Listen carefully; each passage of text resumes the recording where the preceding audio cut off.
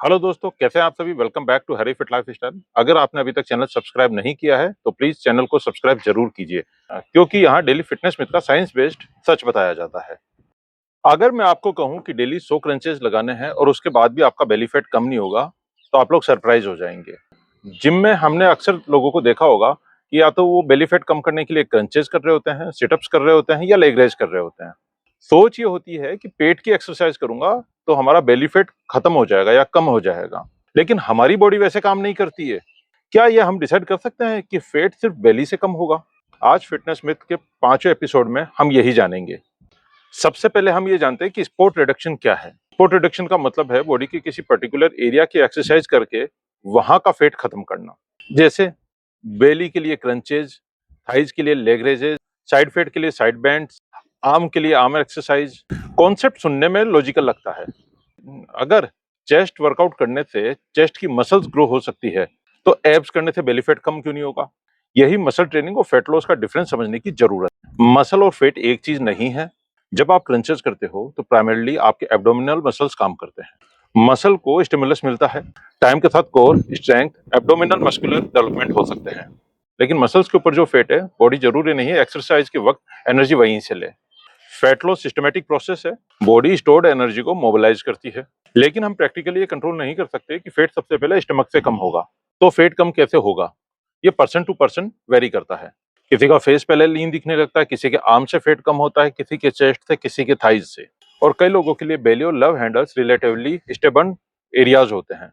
इसमें genetics, sex, hormones और individual fat distribution का रोल होता है।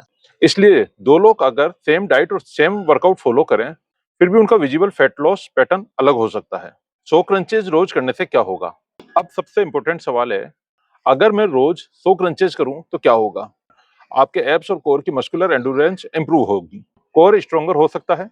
एक्सरसाइज ट्रेनिंग और प्रोग्रेशन के साथ एब्डोमिनल मसल इंप्रूव हो सकता है। लेकिन आपकी ओवरऑल डाइट कैलोरी सरप्लस में है और बॉडी फैट हाई है, तो डेवलप्ड एब भी फैट के नीचे हिडन रह सकते हैं।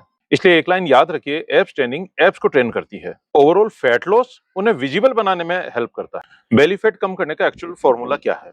अगर आपको बेली फैट कम करना है तो सिर्फ एब्स वर्कआउट पर डिपेंड मत रहिए।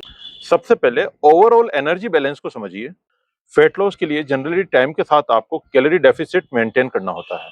मतलब बॉडी जितनी एनर्जी कंज्यूम कर रही है, उससे कम कैलोरी हमारी बॉडी के अंदर जानी चाहिए। इसका मतलब भूखे रहना नहीं है, कहीं आप भूखे रहना शुरू कर दो। फिटनेस मिथ के एपिसोड 2 में भी हमने इस बात के ऊपर डिस्कस किया था। आपको बैलेंस डाइट चाहिए, स्टारवेशन नहीं। प्रोटीन का क्या रोल है? फैट लॉस में प्रोटीन का बहुत इंपॉर्टेंट रोल होता है। प्रोटीन स्टाइटी में हेल्प करता है और रेसिस्टेंस ट्रेनिंग के साथ में लीन मास को प्रिजर्व करने में हेल्प करता है। अगर आप वेजिटेरियन हैं तो आपके पास ऑप्शन की कमी नहीं है। पनीर, सोया चंक, दाल, राजमा, छोले, चने, ये सब अच्छा प्रोटीन सोर्स है और आपकी टोटल डाइट और रिक्वायरमेंट के अकॉर्डिंग आप इन्हें ऐड कर सकते हैं। सिर्फ कैलोरीज कम करना गोल नहीं होना चाहिए। गोल होना चाहिए फैट लॉस के दौरान जितना हो सके मसल को प्रिजर्व किया जाए। स्ट्रेंथ ट्रेनिंग क्यों जरूरी है? आपको ये कहेगा, अगर बेली फैट कम करना है तो स्ट्रेंथ ट्रेनिंग की जरूरत क्या है? क्योंकि आपको सिर्फ वेइंग स्केल के ऊपर नंबर कम नहीं करने, आपको अपनी बॉडी कंपोजिशन इंप्रूव करनी है। स्ट्रेंथ ट्रेनिंग मसल्स को ट्रेनिंग स्टिमुलस देती है। स्क्वाट्स, रोज, पुशअप्स, पुलअप और दूसरी रेसिस्टेंस एक्सरसाइज को ओवरऑल प्रोग्राम में इंक्लूड करना काफी हेल्पफुल होगा। आप सिर्फ एब्स ट्रेन करके कंप्लीट फिजिक डेवलप नहीं कर सकते।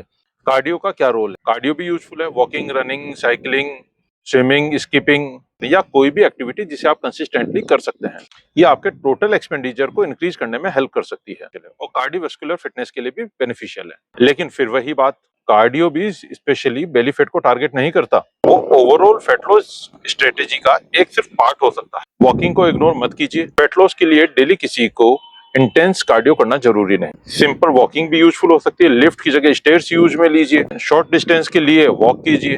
दिन भर थोड़ा ज्यादा एक्टिव रहना। ये छोटी छोटी एक्टिविटी मिलके आपकी डेली एनर्जी एक्सपेंडिचर में कंट्रीब्यूट करती है। आप जो प्लान मंथ तक मेंटेन कर सके, वो यूजुअली उस एक्सट्रीम प्लान से बेटर है जो कुछ दिनों में छूट जाए। एब्स एक्सरसाइज फिर करनी चाहिए या नहीं? बिल्कुल करनी चाहिए। ये वीडियो एब्स एक्सरसाइज के अगेंस्ट नहीं है। मैं सिर्फ उनका प्रोसेस क्लियर कर रहा हूँ। क्रंचेज, लेग रेजेस या प्लैंक, हैंगिंग नी और दूसरी कोर एक्सरसाइज आपके एब्डोमिनल और कोर मसल्स को ट्रेन कर सकती है। लेकिन उनसे ये आप एक्सपेक्टेशन मत रखिए कि सिर्फ आपके स्टमक का फैट खत्म कर देगी।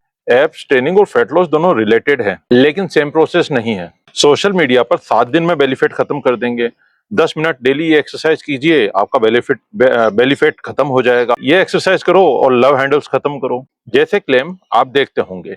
एक्सरसाइज यूजफुल हो सकती है, लेकिन किसी एक मूवमेंट से पर्टिकुलर किसी एक जगह का फैट खत्म करना पॉसिबल नहीं है। फैट लॉस में पेशेंस चाहिए, रिकवरी चाहिए, अच्छी डाइट चाहिए, वर्कआउट चाहिए और सबसे इंपॉर्टेंट कंसिस्टेंसी चाहिए।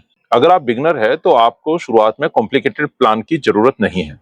आप अपने प्रोटीन को सफिशिएंट रखिए, जो आपकी बॉडी है उसकी रिक्वायरमेंट को फुलफिल कीजिए प्रोटीन से, डेली वर्कआउट कीजिए, एब्स ट्रेनिंग प्लान के अंदर ऐड कीजिए, कार्डियो ऐड कीजिए और अपनी प्रोग्रेस को वीक्स या मंथ में देखिए, 3 से 4 दिन के अंदर नहीं।